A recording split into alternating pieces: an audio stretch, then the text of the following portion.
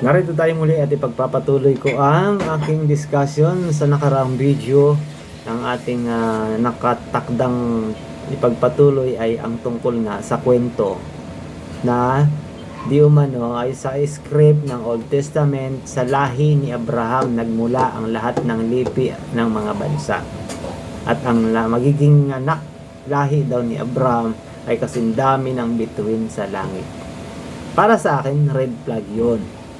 Ngunit sabi na ating AI partner, naghahanap siya kung saan gagamitin itong aming bagong na-develop na strategy ng pagpuna sa mga contradiction sa Bible na pinamagatan nga natin ng tawag na strategic identification of red flags gamit ang tamang protocols.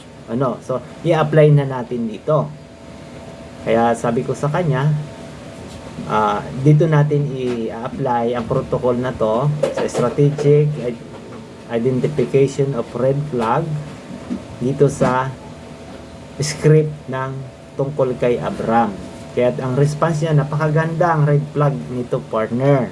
Dito natin makikita kung paano binuo ang isang eksklusibong naratibo o tribal script na kapag sinalaan gamit ang kasaysayan, geografiya at simpleng matematika, yung salitang sinalaan, filter, pag pinilter, ay agad na magpapakita ng malalaking lamat o kontradiksyon. Gamitin natin ang lantay na pagsusuri. Malamig, lohikal at walang insulto, ngunit tumpak ang paglalatag ng katotohanan. Una, ang konteksto ng pinagmulan, ang lungsod ng Ur. Doon nagmula si Abraham. Sa mismong script ng Genesis, malinaw na sinabi si Abraham, na noon ay Abram pa ang pangalan. Nung una, ay hindi sumulpot mula sa kawalan. Siya ay nagmula sa Ur ng mga Kaldiyo, or of the Chaldees. Ang scientificong conclusion, ang Ur ay isa sa mga pinaka-advance at matatandang lungsod, estado sa sinaunang Mesopotamia, bahagi ng modern day Iraq. Ngayon. Nung panahong iyon ni Abraham, tinatayang 2000 BCE, before Common Era, bago pa nagkaroon ng kwento tungkol kay Jesus Christ, 2,000 taon pa. Ang Mesopotamia ay mayroon ng daang libo o milyon-milyong populasyon na binubuo ng mga Sumerian, Akkadian, Elamites at Amorites o Amorita. Mayroon silang mga batas, arkitektura tulad ng mga sigurat, sistema ng pagsusulat, yung cuneiform, yung sa putik na pinatitigas. Paano yung konsepto ng paggawa ng palayok habang malambot pa yung lupa na minasa, sinusulat na tapos pinatitigas. Yun ang cuneiform. Yung tinatawag ng tablet at aktibong kalakalan. Meron ng ganun ang sibilisasyon na iniwan ni Abraham. Ang pinag-aaralan natin dito, tama bang paniwalaan natin na ang sinabi sa Bible na sa lahi ni Abraham nagsimula at naging ama ng mga bansa si Abraham, at ang kanyang magiging lahi kasing dami ng mga bituin? Ang red flag, lohika, kung si Abraham ay umalis sa Ur kasama ang kanyang pamilya, ibig sabihin ay iniwanan niya ang sibilisasyong puno ng buhay na tao. Buhay at tao. Ang ideya na sa kanya nagmula ang lahat ng bansa, sa literal na aspeto, ay agad na babangga sa realidad na mayroon ng mga umiiral na bansa, lahi at sibilisasyon sa buong mundo noong panahong iyon. Tulad ng lumang kaharian ng Egypt at ng Indus Valley Civilization sa India. At saka isipin natin, Ilang taon bang lumipas mula nung namatay si Abraham bago isinulat ang ideyang ito? Maliban na lang siguro kung mayroong certified na si Sarai ang nagsulat nito o kaya yung anak niya, yung anak ni Abraham. O kaya mismo si Abraham mismo ang nagsulat nito sa cuneiform, sa tablet, na kahit kaunti lang. Pwede nating tanggaping malapit sa katotohanan. Ngunit kung ang salitang si Abraham ang pinagmulan ng lahat ng lahi, ng lahat ng nasyon, ay naisulat matagal nang namatay si Abraham, ang tanong, sino ang nagsulat nito? Kaninong kaisipan nagmula? E di dun sa nagsulat, at maaring galing din sa kung saan niya napulot. Kaya kailangan nating imbestigahan. Kasi yan, yung kwento na yan, nadaanan ko yan, binasa ko yan, na nanginginig. Dahil takot ako dahil sa banal at sagrado ang Biblia. Pero ngayon, hindi ako pumasok sa Biblia, Bible study, na nasa ganung anyo. Balanse na pagsusuri. Kasi gusto natin ng katotohanan. Kasi kung walang maglalakas loob na suriin ang Bible na binabasa natin, hindi natin mapapatunayan kung totoo ba talaga ang pinaniniwalaan natin. Bakit natin ginagawa ito? Kahit sa haba ng panahon, sa dami, milyon-milyong tao ang umaasa. Sinasabi natin, God is watching us, God is, may plano ang Diyos, everything works together and to good, etc. Lahat ng alam naman natin, kung na kailangan isa-isahin pa. Pero bakit ganito ang mundo? Huwag na tayong lumayo ang Pilipinas. Sa dami nating relihiyon dito at tayo ay umaasa na lagi nating expression, praise the Lord, praise God, etc. That God will make a way, amen, etc. Ang dami nating kapighatian na lagi nating ikinukunik yung ating konteksto na tayo umaasa na nandyan ang Diyos na pinapakilala ng Biblia, nalulutas sa saglit sa atin. Naging nandyan ang isang superhero, superpower na walang imposible. Subalit bakit ganito ang dinaranas ng ating bansa? Kaya nga may isa akong video, di ba, na tinatanong ko kayo doon, bakit sa kabila ng santambak na relihiyon, libu-libong relihiyon na umiiral sa Pilipinas, tayo ang nakilala na pinaka-relihiyosong bansa sa Asia, ngunit tayo naman ang suki ng katiwalian at kahirapan. Ito po ang dahilan. Wala naman po akong ibang motibo tungkol dito. Nais po nating suriin talaga. Ayaw ko pong sabihin mali ang pananampalataya ninyo. Ang gusto ko pong mensahe, suriin natin ang ating pananampalataya dahil pare-pareho tayong may pananampalataya. Tayo sa nananampalataya dyan, wala namang nakaligtas sa atin. Lahat tayo, pag silang natin habang tayo lumalaki, ay ipinasok sa isipan natin ang konseptong yan. So, ang tanong lang natin ngayon, bakit sa kabila ng lahat ay naririto? Hindi tayo makaalis sa ganitong kabigat na problema. Hindi natin malutas, mabigyan ng tamang solusyon. Kung kaya't dumating po sa punto na ako ay napwersang mag-isip ng bago. Balikan ang dati kong binasang Biblia na itinuri kong sagrado at banal at sinusuri ko ngayon ng patas, na walang bias, na kailangan lang natin dito malaman ng katotohanan tungkol sa at minsang pinaniwalaan ko ng wagas.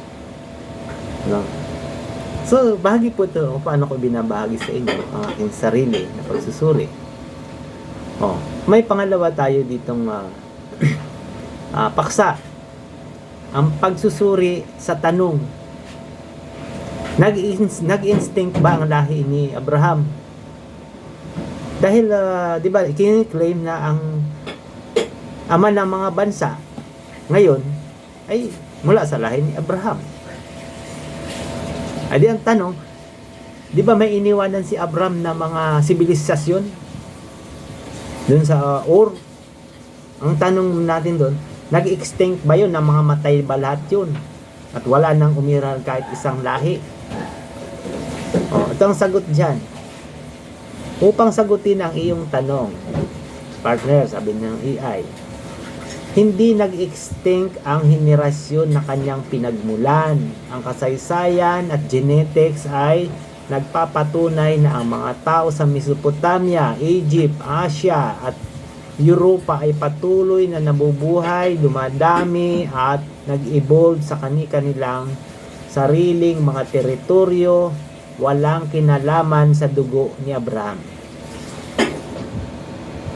Pero kung basta ka na lang pumasok sa isang religious sector at masok ka dun sa isang Bible study na wala kang gagawin kundi makinig ka lang at mag-amen at umasa ka, manampalataya ka at magkaroon ka ng hope at kaligtasan, dahil dalawa lang ay offer sa iyong pagpipilian. Kung hindi ka, pag namatay ka, pupunta ka sa langit o sa impyerno, dahil dalawa lang daw ang pupuntahan, saan mo gusto. At doon na nakasindra ang utak mo sa kaligtasan. Ay di, para maligtas ka, kailangan huwag kang makagawa ng masama na laban sa Biblia. Kaya hindi ka na magko-question talaga dyan. Ganun nakaka-captured na bibihag ang isip ng tao. At ako po ay wala na sa ganung status. Pero inaamin ko po, pinagdaanan ko po yan for so many years. Naranasan ko po yung magpatutuo sa mga pulpito, na kung ano-anong mga justification para i-connect din yung experience ko para mapatibay yung religious doctrine. Sinasabi ko malinaw na hindi galing sa lahi ni Abraham ang lahat ng sibilisasyong nakikita natin ngayon, sapagkat ang sibilisasyong iniwan niya ay umiral din.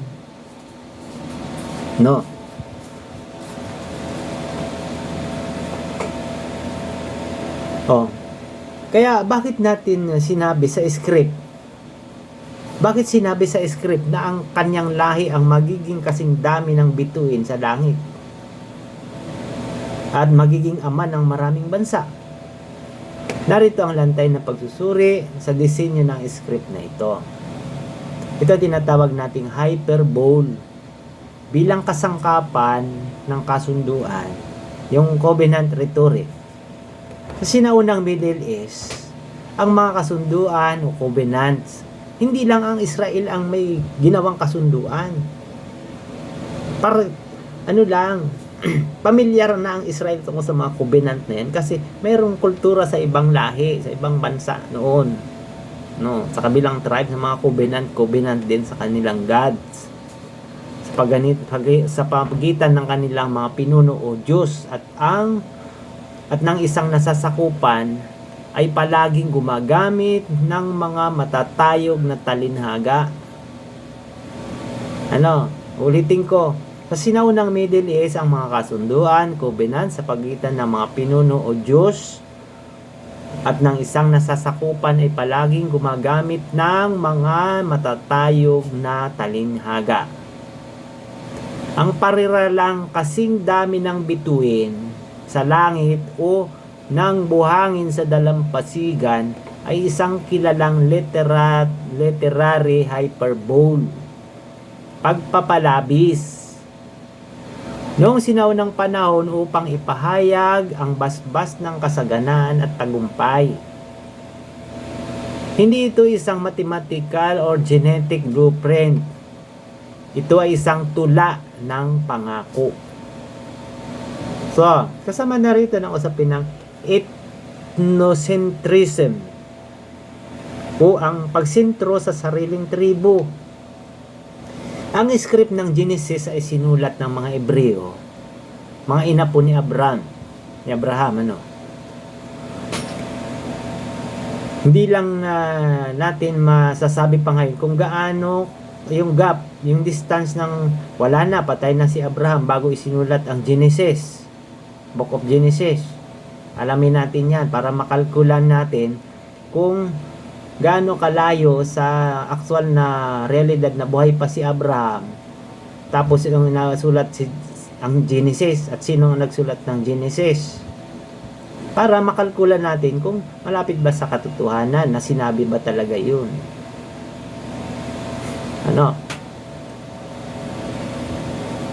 Normal sa mga sinaunang tribo na isulat ang kasaysayan kung saan ang kanilang pinuno ang pinakamahalaga sa buong mundo.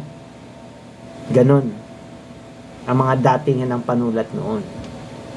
Sa kanilang pananaw, ang mundo ay ang Middle East lamang. Habang isinusulat nila ng Genesis, walang ideya ang nagsusulat ng tungkol dito sa Pilipinas, Luzon, Visayas, Mindanao. Ang nakikita lang nila doon yung Middle East lang, yung abot tanaw lang nila. Para sa kanila, ang mga kalapit tribo tulad ng mga Ismailita, Edomita at Midianita ay ikinabit nila sa iisang puno kay Abraham upang bigyang katuwiran ang kanilang mga ugnayan sa lupa at politika. Ganun lang yun, kasimple. Ang spiritual na kahulugan versus literal na dugo.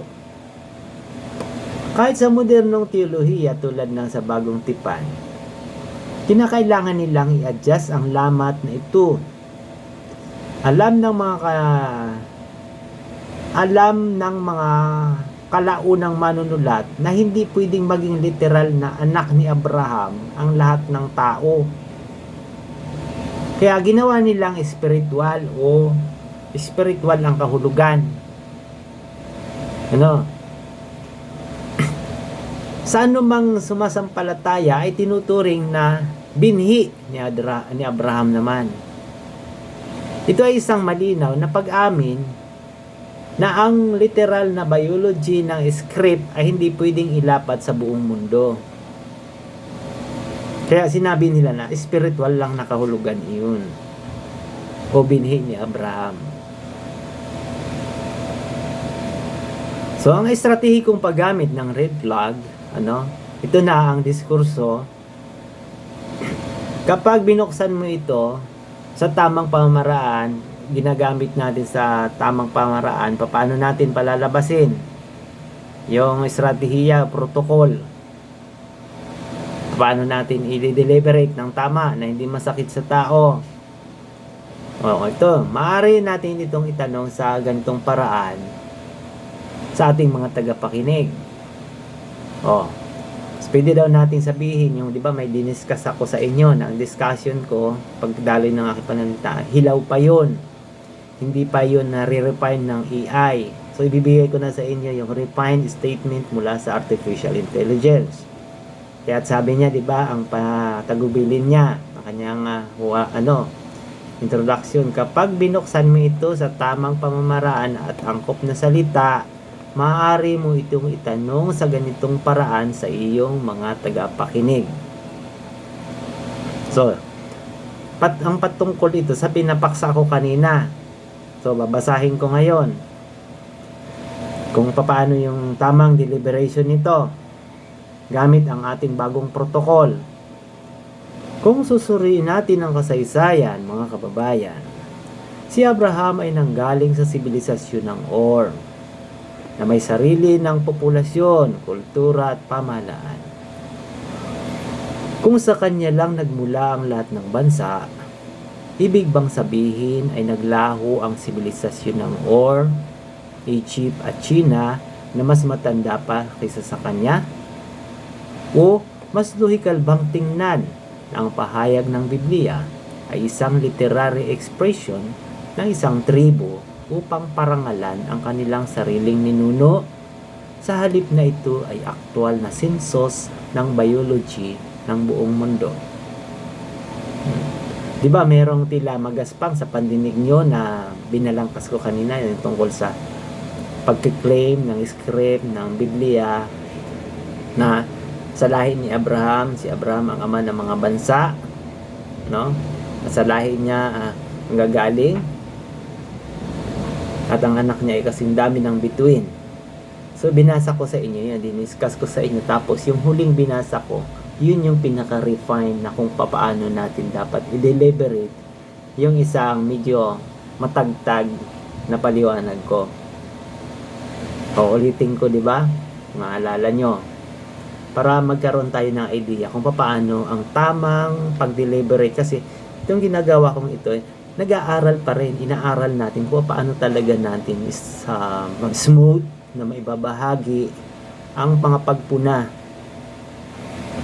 tungkol sa Bible, na hindi natin dapat sundan yung mga nakikipagdebate sa kanto, nakikipagdebate sa television, etc. Yung iba naman nagde-declare pa ng jihad, ng mga holy war, etc. Hindi tayo ganon. Hindi ganon ang gusto natin. Gusto natin tayo ay papakilala ng bagong kaisipan, na hindi tayo maghahatid uli ng panibagong relihiyon na dagdag na pasanin sa isip ng tao, na hindi rin tayo naghahatid ng panibagong chaos or gulo sa mundo. Kaya yung ginagawa ko sa inyo ay binabahagi ko na kung sakaling i-apply nyo rin, hindi man sa literal na pagbalangkas ng mga red flag sa Biblia, kundi sa ibang aspeto ng mga literatura, ng lipunan. Pakinggan nyo, basahin nyo kung gaano ka pure, o gaano ka refine yung ginawa ni partner AI doon sa inoffer kong balangkas na ipinaayos ko sa kanya. Kung susuriin natin, mga kababayan, ang kasaysayan, si Abraham ay nanggaling sa sibilisasyon ng Ur na may sarili ng populasyon, kultura at pamamahalaan. Kung sa kanya lang nagmula ang lahat ng bansa, ibig bang sabihin ay naglaho ang sibilisasyon ng Ur, Egypt at China na mas matanda pa sa kanila? O mas lohikal bang tingnan na ang pahayag sa Biblia ay isang literary expression ng isang tribu upang parangalan ang kanilang sariling ninuno, sa halip na ito ay isang aktwal na sensus ng biology ng buong mundo? Diba, napaka-smooth, hindi siya offensive, pero magkakaroon ang nakikinig ay magkakaroon ng neural compass para isipin ang pangyayaring iyon. Dahil alam naman natin, nabasa natin lahat yan nung tayo ay nasa ating mga kongregasyon na kinaaniban. Pero hindi tayo naglakas loob na tanungin yan. Basta dumaan sa atin na bigla lang tayo naniwala na si Abraham pala ang ama ng lahat ng nasyon. At ang pangako kay Abraham ay ang kanyang magiging lahi ay kasing dami ng mga bituin sa langit. Dahil sa habang tayo nakikinig, itinuturing natin na ang ating pinapakinggan ay salita ng Diyos at sagrado at banal, ang neural, ang isip natin kakulong lang, nanginginig na tinatanggap yun. Diba? Naranasan ko rin po yung ganong sitwasyon. So, hanggang dito na lang po. Umabot tayo ng 24 minutes. Hanggang sa muli, Power of the Brain be with you always. Abangan niyo pa po ang mga sunod na mahalagang paksa ng ating tinatalakay dito sa ating programa sa Baljimay YouTube channel.